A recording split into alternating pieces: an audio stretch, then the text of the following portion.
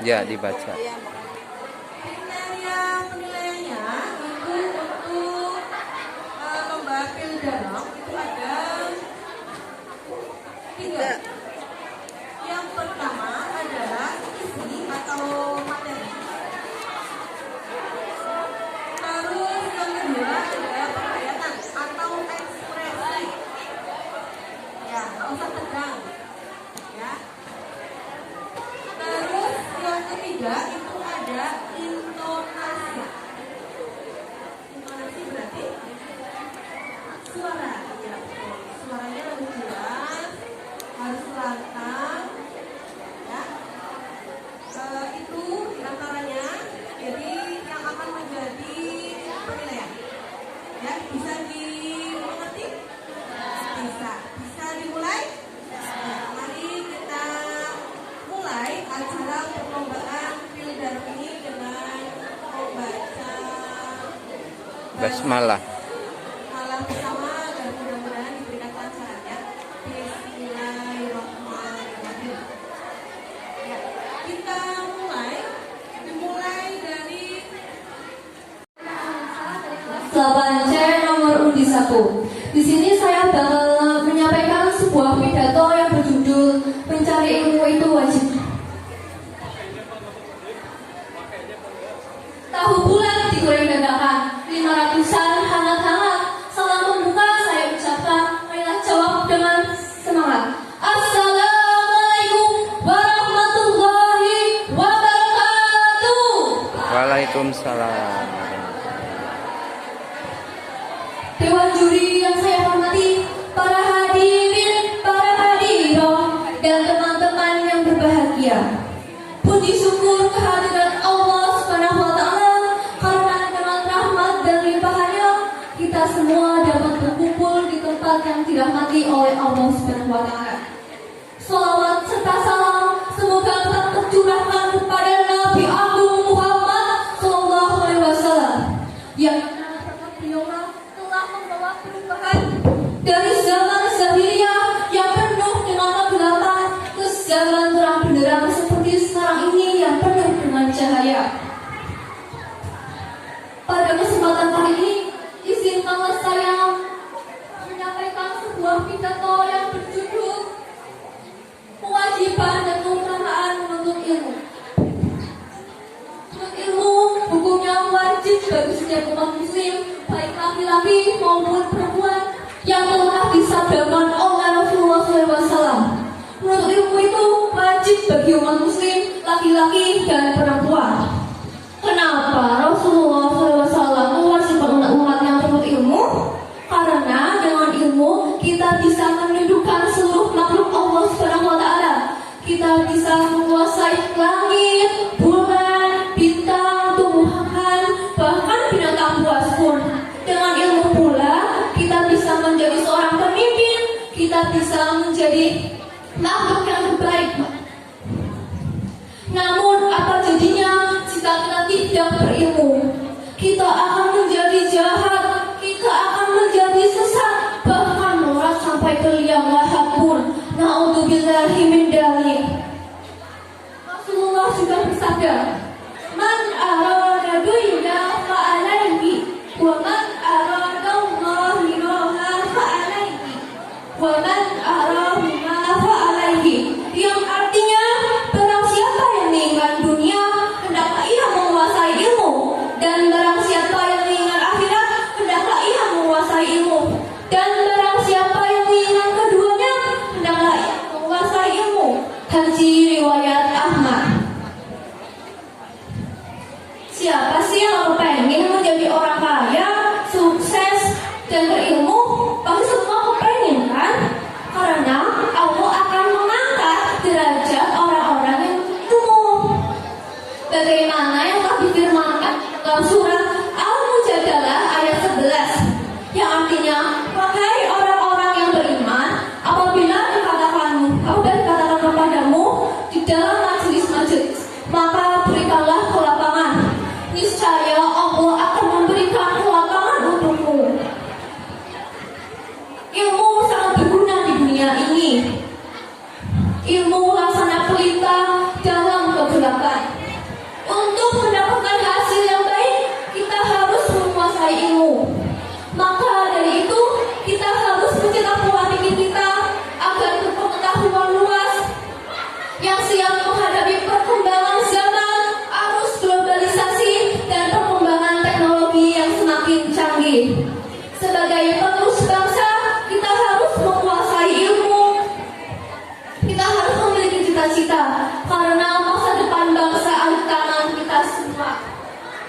Demikian yang bisa saya sampaikan. Apabila ada kata-kata yang benar, itu semata-mata karena Allah Subhanahu wa Ta'ala.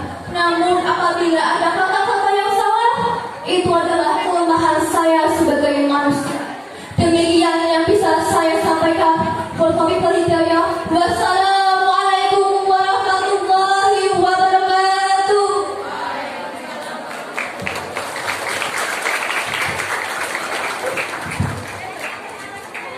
Beri tepuk tangan yang meriah untuk kelas 7, kelas 8C.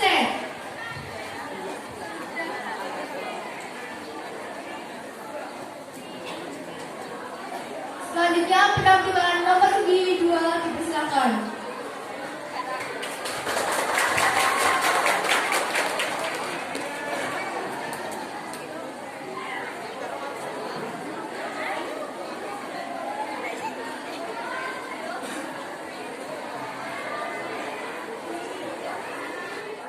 Assalamualaikum warahmatullahi wabarakatuh. Hamdan wa syukran lillah wa sallallahu ala rasulillah ala sayyidina Muhammadin wa ala alihi wa sahbihi ajmain amma ba'du. Untayan rasa syukur senantiasa kita panjatkan kepada Ilahi Robbi. Atasnya kita pada pagi hari ini masih bisa berbagi rasa, masih bisa berduduk simpul bersama untuk mengikuti kegiatan lomba keagamaan dalam rangka HUT SMP Negeri 1 Jatilawang yang ke-45. Sholawat serta salam senantiasa kita haturkan kepada suatu nabi yang martabatnya sangat tinggi, bersinar bagai cahaya, yaitu Nabi Akhirul Zaman, baginda Nabi besar Muhammad Sallallahu Alaihi Wasallam, yang syafaatnya selalu kita nantikan pada yaumul kiamah. Allahumma amin. Hadirin yang berbahagia, Dewan Juri, Ibu Kepala Sekolah, Bapak Ibu Guru, serta staf karyawan yang saya hormati, serta teman-temanku yang saya cintai. Perkenalkan, saya Rachel Cinta Putri Setiawan dari kelas 8E akan membahas tentang bijak dalam bermedia sosial. Seperti yang kita tahu, media sosial ini adalah tanpa batas, tak ada jarak dan ruang. Tetapi seperti yang kita tahu juga bahwa media sosial ini banyak sekali dampaknya. Ada dampak negatif dan dampak positif. Sebijak-bijaknya kita menggunakannya. Dan media sosial ini diciptakan untuk manusia-manusia agar mudah dalam berkomunikasi, mudah dalam berinteraksi, serta mudah untuk mendapatkan informasi. Namun, di balik itu semua, masih banyak sekali oknum-oknum yang memanfaatkan media sosial untuk hal-hal yang negatif. Seperti contohnya, menyebarkan informasi hoax atau tidak sesuai dengan kenyataan. Kita sebagai generasi bangsa, generasi muda, harus pintar dalam memilih dan memilah suatu informasi. Dan kita sebagai makhluk yang berakal harus bisa, jika ada suatu informasi yang datang kepada kita, kita harus cari tahu bagaimana sih kebenarannya. Itu adalah prinsip tabayun dalam ajaran Islam. Allah Subhanahu wa Ta'ala bersabda pada surah Al-Hujurat ayat 6. Wahai orang-orang yang beriman, ketika ada seseorang fasik membawa berita yang penting, maka carilah terlebih dahulu kebenarannya, agar tidak ada sesuatu yang terluka karena ketidaktahuan sendiri.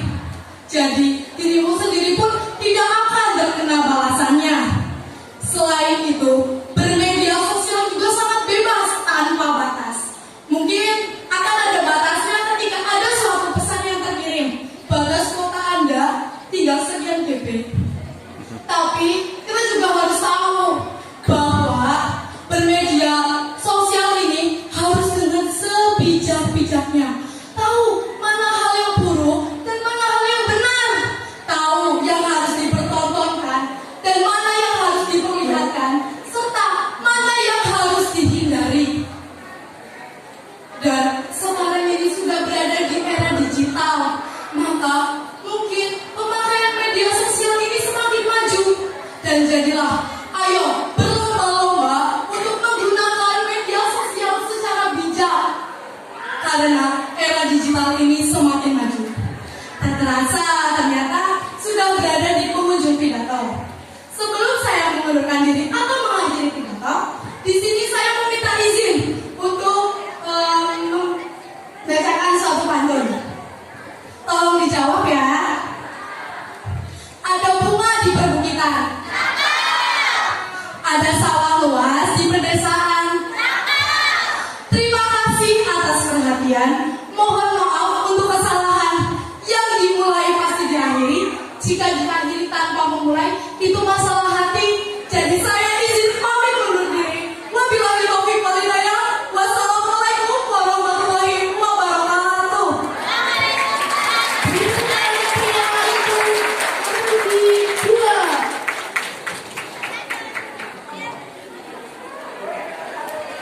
Selanjutnya, nomor ketiga dipersilakan.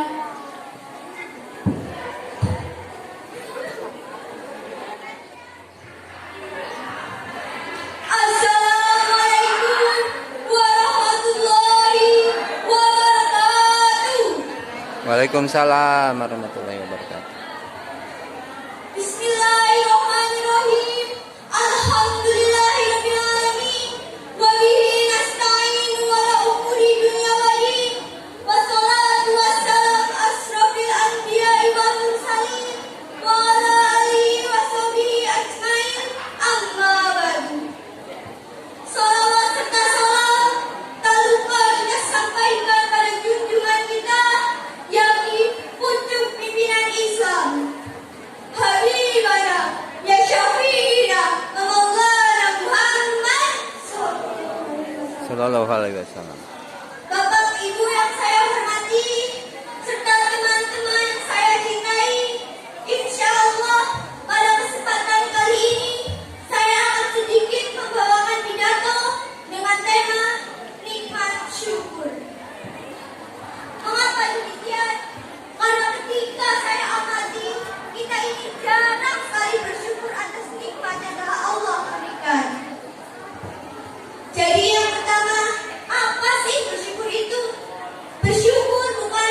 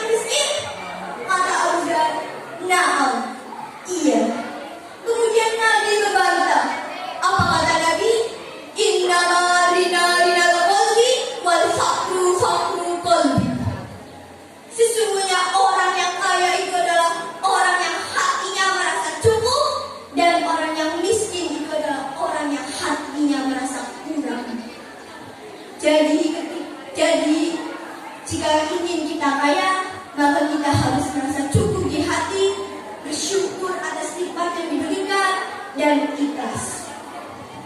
Hadirin hadirat yang dirahmati Allah, sekian yang bisa saya sampaikan. Mohon maaf apabila ada salah kata. Billahi taufik wal hidayah. Wassalamualaikum warahmatullahi wabarakatuh. Waalaikumsalam. Ditentukan oleh tim pria untuk nomor tiga. Selanjutnya penampilan nomor undi 4, hadirin dipersilakan. Assalamualaikum warahmatullahi wabarakatuh. Alhamdulillahirabbil alamin. Wassalatu wassalamu ala asrofil anbiya'i wal mursalin wa ala alihi wa sahbihi ajmain. Amma ba'd. Bapak Ibu guru yang saya hormati serta teman-teman yang saya sayangi dan saya cintai. Perkenalkan, saya Dika Haristia Putri dari kelas 8G. Di sini saya akan menyampaikan pidato yang berjudul Mensyukuri Nikmat Allah. Sebelum itu, yang pertama dan yang paling utama, marilah kita panjatkan puja dan puji syukur atas kehadiran Allah Subhanahu wa Ta'ala yang telah memberikan nikmat kepada kita. Sholawat serta salam semoga tercurahkan kepada Nabi Agung Muhammad Sallallahu Alaihi Wasallam. Semoga beliau memberikan syafaatnya kepada kita di yaumul qiyamah nanti. Amin Allahumma amin. Teman-teman, apa sih itu syukur? Kata syukur berasal dari bahasa Arab yang artinya berterima kasih. Bersyukur berarti kita berterima kasih kepada Allah Subhanahu wa Ta'ala atas karunia yang dianugerahkan kepada kita semua. Syukur merupakan satu perbuatan hati yang akan menarik seseorang untuk damai, tentram, dan bahagia. Allah berfirman dalam Al-Quran surat Al-Baqarah ayat 152 yang berbunyi,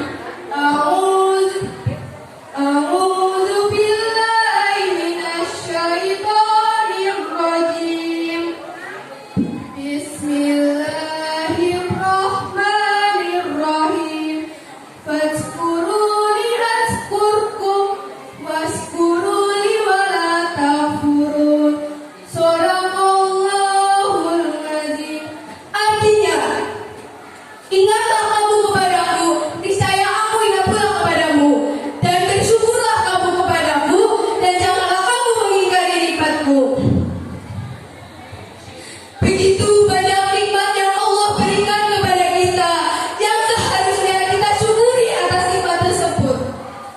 Jika kita ingin menghitung berapa banyak nikmat yang Allah berikan kepada kita, saking banyaknya sampai kita tidak bisa menghitungnya. Untuk mengakhiri pidato saya kali ini, marilah teman-teman, marilah kita melindungi diri kita masing-masing. Coba dimulai dengan bangun tidur, mata kita bisa melihat, telinga kita bisa mendengar, organ-organ dan sendi tubuh kita masih bisa berfungsi dengan baik. Itu adalah salah satu hal yang harus kita syukuri. Untuk sekian pidato dari saya, marilah izinkan saya berpantun terlebih dahulu. Di atas lava burung terlukur, patah kakinya karena terbentur. Barang siapa rajin bersyukur, kelak rezekinya datang teratur. Sekian pidato dari saya. Kurang lebihnya saya mohon maaf apabila ada kata yang kurang mengenakan di hati kalian semua. Terima kasih. Wabillahi taufiq wal hidayah. Wassalamualaikum warahmatullahi wabarakatuh. Waalaikumsalam. Ditentukan pria untuk nomor 5. Selanjutnya nomor undi 5, dipersilakan.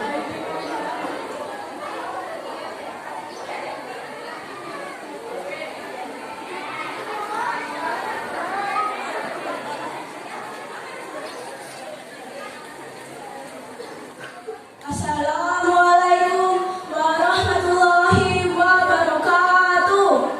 Waalaikumsalam warahmatullahi wabarakatuh. Salam sejahtera, Om Swastiastu, Namo Buddhaya, salam kebajikan. Berdirinya saya di sini, saya ingin menyampaikan sebuah rangkuman yang saya buat yang berjudul Moderasi Beragama. Pada kesempatan baik ini, mari kita panjatkan puji syukur atas nikmat Allah Subhanahu wa Ta'ala yang telah memberikan nikmat syukur atas kehadirannya. Hadirin semua yang berbahagia, saya membangun negara kesatuan yang penuh dengan keragaman, seperti keragaman budaya, suku, agama. Sementara di sisi lain, Indonesia menjadikan yang negara yang unik dan menarik. Sementara kalau tidak dijaga dengan baik akan jadi hancur. Perselisihan, pemberontakan yang meruntuhkan falsafah negara, Bhinneka Tunggal Ika. Pertanyaannya, saudaraku, apakah kita rela menyiapkan negara kita yang susah payah kita berdirikan ini? Bangsa yang kita bangun ini, kehilangan air mata dan kehilangan darah para syuhada. Moderasi beragama adalah sebuah cara bagaimana kita bersifat, melakukan, memandangkan cara berjalan melalui jalan beragama. Lalu bagaimana cara kita mencapai moderasi beragama? Itu ada dua cara, yaitu umat Muhammadiyah yang jalan dua hal, yaitu yang tidak moderat dan tidak berlebihan. Sementara yang kedua yaitu umat yang tasamuh, umat yang berreaksi, menghargai, menghormati, dan menghargai sesuatu antara sama lain. Sebelum saya tutup, marilah sebelum saya tutup, izinkan saya memberikan pantun. Umat Islam merayakan Lebaran. Cakep. Umat Islam merayakan Laras Berat. Cakep. Moderasi kita lakukan. Cakep. Moderasi kita lakukan. Marilah kita Indonesia damai yang ini. Sekian dari saya. Wassalamualaikum warahmatullahi wabarakatuh. Beri tepuk tangan yang meriah untuk Bapak Nurdin Imam. Ya, ya. Assalamualaikum ya akhi ya ukhti. Salam hai saudaraku. Semoga Allah merahmatimu.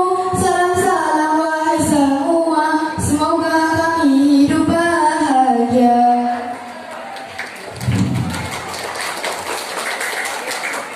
Assalamualaikum warahmatullahi wabarakatuh. Waalaikumsalam warahmatullahi wabarakatuh.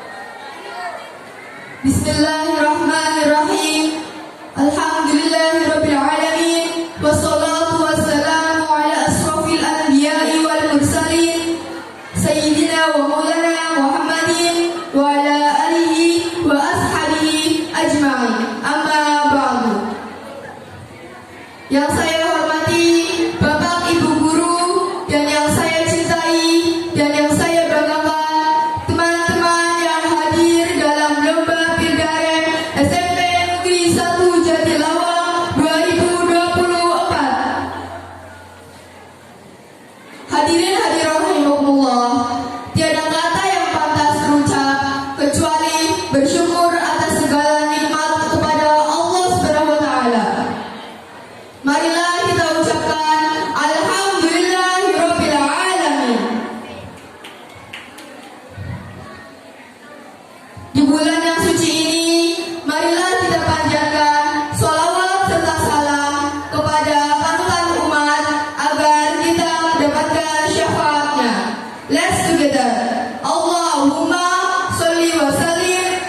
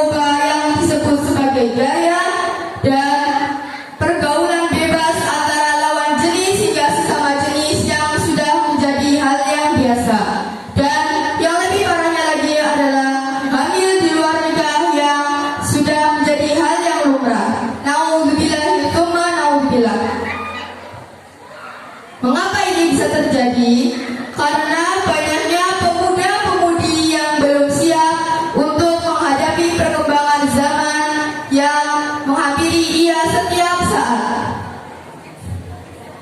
Salah satu efek globalisasi adalah penggunaan gadget. Saya yakin semua siswa di sini pasti mempunyai handphone.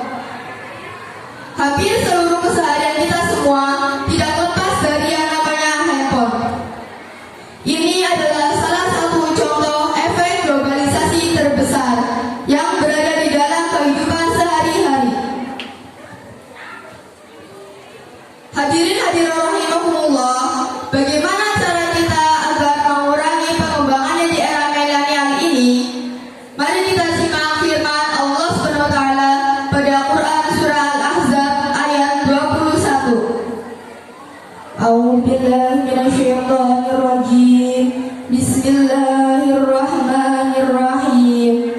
Laqad kana lakum fi rasulillahi uswatun hasanatun liman kana yarjullaha wal yawmal akhir wa dzakarallaha katsira. Artinya, sungguh ada pada diri Rasulullah itu sungguh teladan yang baik bagimu, yaitu orang-orang yang mengharapkan rahmat Allah dan hidayahnya di hari kiamat nanti. Sallallahu alaihi wasallam bersabda, "Innama bu'ithu liutammima makarimal akhlaq." Sesungguhnya aku diutus hanya untuk menyempurnakan akhlak yang mulia. Kehidupan Rasulullah Sallallahu Alaihi Wasallam sedemikian menyeluruh sempurna akhlaknya sehingga dapat menjadi contoh yang ideal bagi laki-laki maupun perempuan segala usia dan berbagai jenis profesi. Tidak perlu diragukan untuk meneladani Rasulullah Sallallahu Alaihi Wasallam Di multi. karena sepanjang hayat beliau tidak ada cacatnya sedikit pun. Sing kayak HP bapak sing. Sehingga dapat menjadi contoh teladan yang baik bagi kita semua. Per. Sebagai penutup, saya akan menyampaikan kutipan yang saya temukan dari media sosial. Ya. Yang lagi dicek. Teknologi itu ibarat pisau yang bermata dua. Tapi yang Di satu sisi membawa kebaikan, namun di sisi lainnya jika tidak bijak dalam menggunakannya, maka akan mendatangkan mudarat. Teknologi jika tidak diimbangi dengan keimanan dan ketakwaan, maka akan menimbulkan berbagai masalah. Demikian dari saya. Wassalamualaikum warahmatullahi wabarakatuh. Beri tepuk tangan yang meriah untuk nomor di 6. Selanjutnya nomor di 7, hadirin dipersilakan.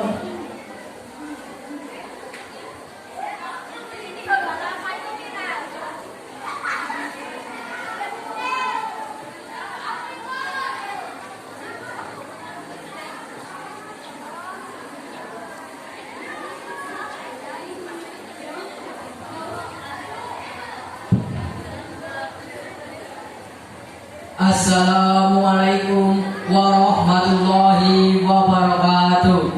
Waalaikumsalam. Yang saya hormati Dewan Juri, Bapak Ibu Guru, serta setiap karyawan SMP Negeri 1 Jatiawang. Yang saya sayangi dan saya banggakan, teman-teman SMP Negeri 1 Jatiawang. Puji syukur kita panjatkan terhadap Tuhan kita Allah Subhanahu wa taala yang telah memberikan banyak nikmat iman dan Islam kepada kita semua. Sholawat serta salam senantiasa tercurah kepada junjungan kita Nabi Agung Muhammad Sallallahu Alaihi Wasallam. Tema yang akan saya bahas hari ini adalah tentang pentingnya mencari ilmu dalam Islam. Allah berfirman dalam Al-Quran surah Al-Majadilah ayat 11. Allah akan meninggikan orang-orang di antara kamu yang beriman dan orang-orang di antara kamu yang suka menuntut ilmu. Rasulullah Shallallahu Alaihi Wasallam juga bersabda, menuntut ilmu itu hukumnya wajib, tidak mengenal gender. laki-laki maupun perempuan. Dari hadis ini kita dapat memahami bahwa mencari ilmu itu wajib bagi semua umat. Yang terhormat Ibu Kepala Sekolah SMP Negeri 1 Jatilawang, Bapak dan Ibu Dewan Juri, serta teman-teman yang saya hormati pula. Pertama-tama, marilah kita panjatkan puja dan puji syukur kehadirat Allah Subhanahu wa Ta'ala yang telah melimpahkan rahmat-Nya sehingga kita bisa berkumpul di pagi hari ini dengan sehat walafiat. Sholawat serta salam marilah kita curahkan kepada Nabi panutan kita, Nabi Agung Muhammad SAW. Hadirin yang dirahmati Allah Subhanahu wa Ta'ala, di sini saya akan menyampaikan pidato dengan berjudul keutamaan bulan Ramadan. Bulan Ramadan adalah bulan penuh berkah dan kebaikan. Bulan Ramadan adalah bulan diturunkan kepadanya Al-Quran sebagai petunjuk bagi umat manusia. Di bulan ini juga bulan yang diliputi oleh rahmat, ampunan, serta keselamatan dari siksa neraka. Di dalam kitab Sahih Bukhari dan Sahih Muslim dari sahabat Abu Hurairah, Rasulullah SAW bersabda, jika datang bulan Ramadan, maka akan dibukakan pintu-pintu surga dan ditutupnya pintu-pintu neraka. Dibukanya pintu-pintu surga karena banyaknya amalan-amalan yang dikerjakan oleh para orang-orang beriman. Ditutupnya pintu-pintu neraka karena sedikitnya perbuatan kemaksiatan yang dilakukan oleh orang-orang beriman. Bagi sahabat Abu Hurairah, Rasulullah SAW bersabda, di bulan Ramadan yang suci ini, umatku diberi 5 perkara yang tidak diberikan kepada umat-umat sebelumnya. Yang pertama, yaitu adalah bau mulut orang yang sedang berpuasa lebih harum di sisi Allah dibandingkan dengan bau minyak kasturi.